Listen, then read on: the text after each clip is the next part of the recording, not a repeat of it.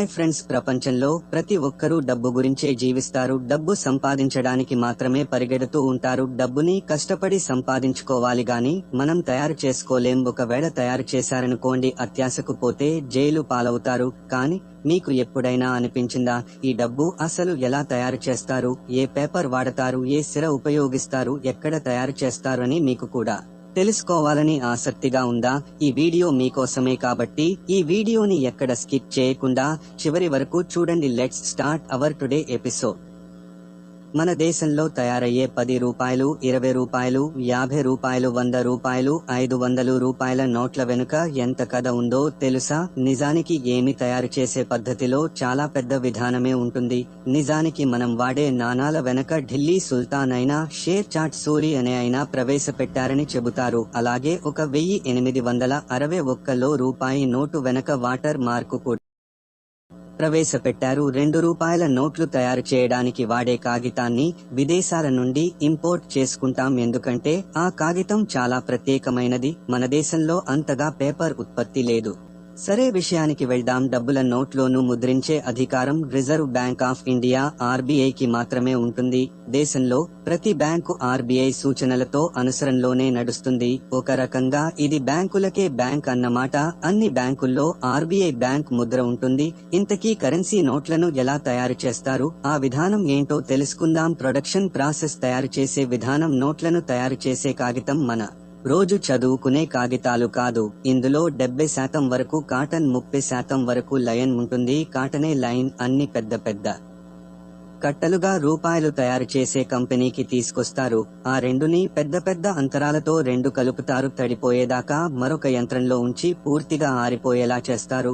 ఆ తర్వాత దాన్ని పల్చటి పొరలాగా తయారు చేస్తారు. అలాగా రూపాయి నోట్లు తయారు చేసే పేపర్ తయారైపోయినట్లే. రెండవది డిజైన్. స్టేట్స్ తయారైన పేపర్ ని మన భారతదేశపు కాగితంలా తయారు చేయాలంటే చాలా ఆలోచించాలి. గ్రాఫిక్ డిజైన్ ని, ఆ ప్రమాణాన్ని జాగ్రత్తగా గుర్తించి చాలా కష్టంతో తయారు చేస్తారు. ఈ దశలోనే సైలర్ నోట్ తయారవుతుంది.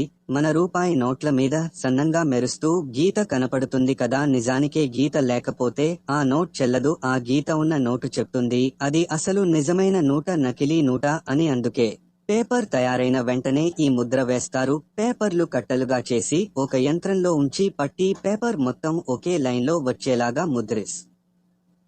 అలా తయారైన నోట్ల మీద గాంధీ బొమ్మ ఉన్న ఒక వాటర్ మార్కుని పెడతారు. అన్ని నోట్లు ఒకేలాగా తయారవడానికి యంత్రాల్లో ఉపయోగించే పరిగెట్టాలు అన్ని సమానంగా ఉండేలా చూస్తారు.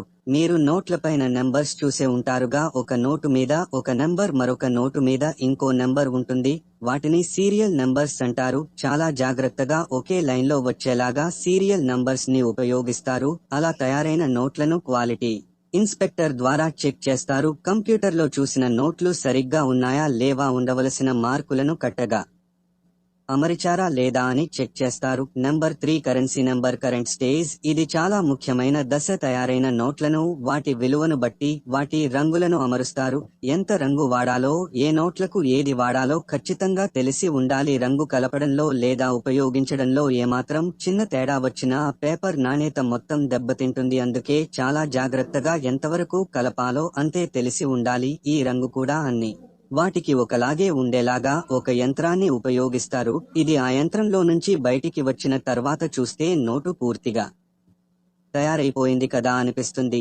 ఇంకా చాలా విషయాలు నోటు మీదకు రావాలి. ఇంకా 4వది ఫినిషింగ్ అండ్ చెకింగ్. అలా తయారైన నోట్ల మీద అక్షరాలు మెరిసేలా కనిపించడానికి మెరుపుతో కూడిన ద్రవ్యాన్ని వాడతారు. మీరు 500 నోటికి 2000 నోటికి తేడా కావాలంటే చూడండి, వాటి మీద ఉన్న సంఖ్యలు మెరుస్తూ ఒక రంగులో కనపడతాయి. ఇక చీకట్లో కనిపించేందుకు ఈ ద్రవ్యాన్ని వాడతారు. ఆ తర్వాత తయారైన నోట్ ఏ విషయంలోనూ తక్కువ కాదు అని నిర్ధారించుకోవాలి. అందుకోసం సీరియల్ నంబర్స్, గాంధీ బొమ్మ, దాని మీద ఉన్న వాటర్ మార్క్ బట్టి అన్ని 1కి 10 సార్లు చెక్ చేసుకుంటారు. అలా తనిఖీ చేసుకున్న తర్వాత ఒకవేళ ఏదైనా పొరపాటు జరిగి ఉంటే అటువంటి పేపర్ షీట్స్ ని పక్కన పెట్టేస్తారు. సరిగ్గా ఉండేది తర్వాత ప్రాసెస్ కి చెందుతాయి. 5వది కటింగ్. తయారైన నోట్లో స్ట్రీట్లను ఒకే విధానంలో, ఒకే సైజులో, ఒకే ఆకారంలో తయారు చేయాలి. దీనికోసం ఒక షీట్ ని ఒక యంత్రంలోకి పంపిస్తారు. ఏం మాత్రం కొద్దిగా తేడా వచ్చిన నోటు నాణ్యతలో తేడా వస్తుంది. అందుకు వీటిని చాలా జాగ్రత్తగా ఒకే ఆకారంలో ఉండేలాగా ఒకటే సైజులో ఉండేలాగా కట్ చేస్తారు. ఆ తర్వాత వాటన్నిటినీ ఒక యంత్రంలో పెట్టి గట్టిగా ప్రెస్ చేస్తారు. ఇలా చేయడం వల్ల నోటు దృఢంగా తయారవుతుంది.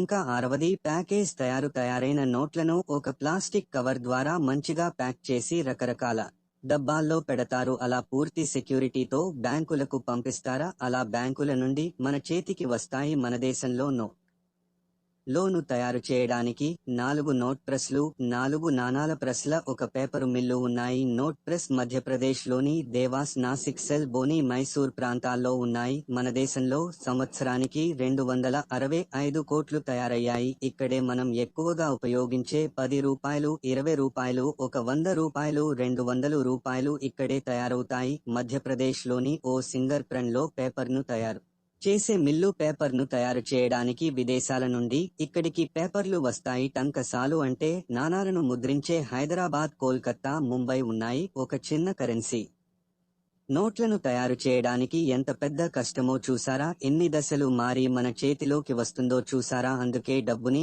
చాలా జాగ్రత్తగా కాపాడుకోవాలి, జాగ్రత్తగా ఖర్చు పెట్టాలి అంటారు. ఇంకా మన వీడియో నచ్చినట్లయితే వీడియోకి లైక్ చేయండి, షేర్ చేయండి. మన ఛానల్ ని ఇప్పుడే సబ్స్క్రైబ్ చేసుకోండి. ఇంకా నెక్స్ట్ వీడియోలో కలుద్దాం. అప్పటి వరకు టేక్ కేర్, బాయ్ బాయ్.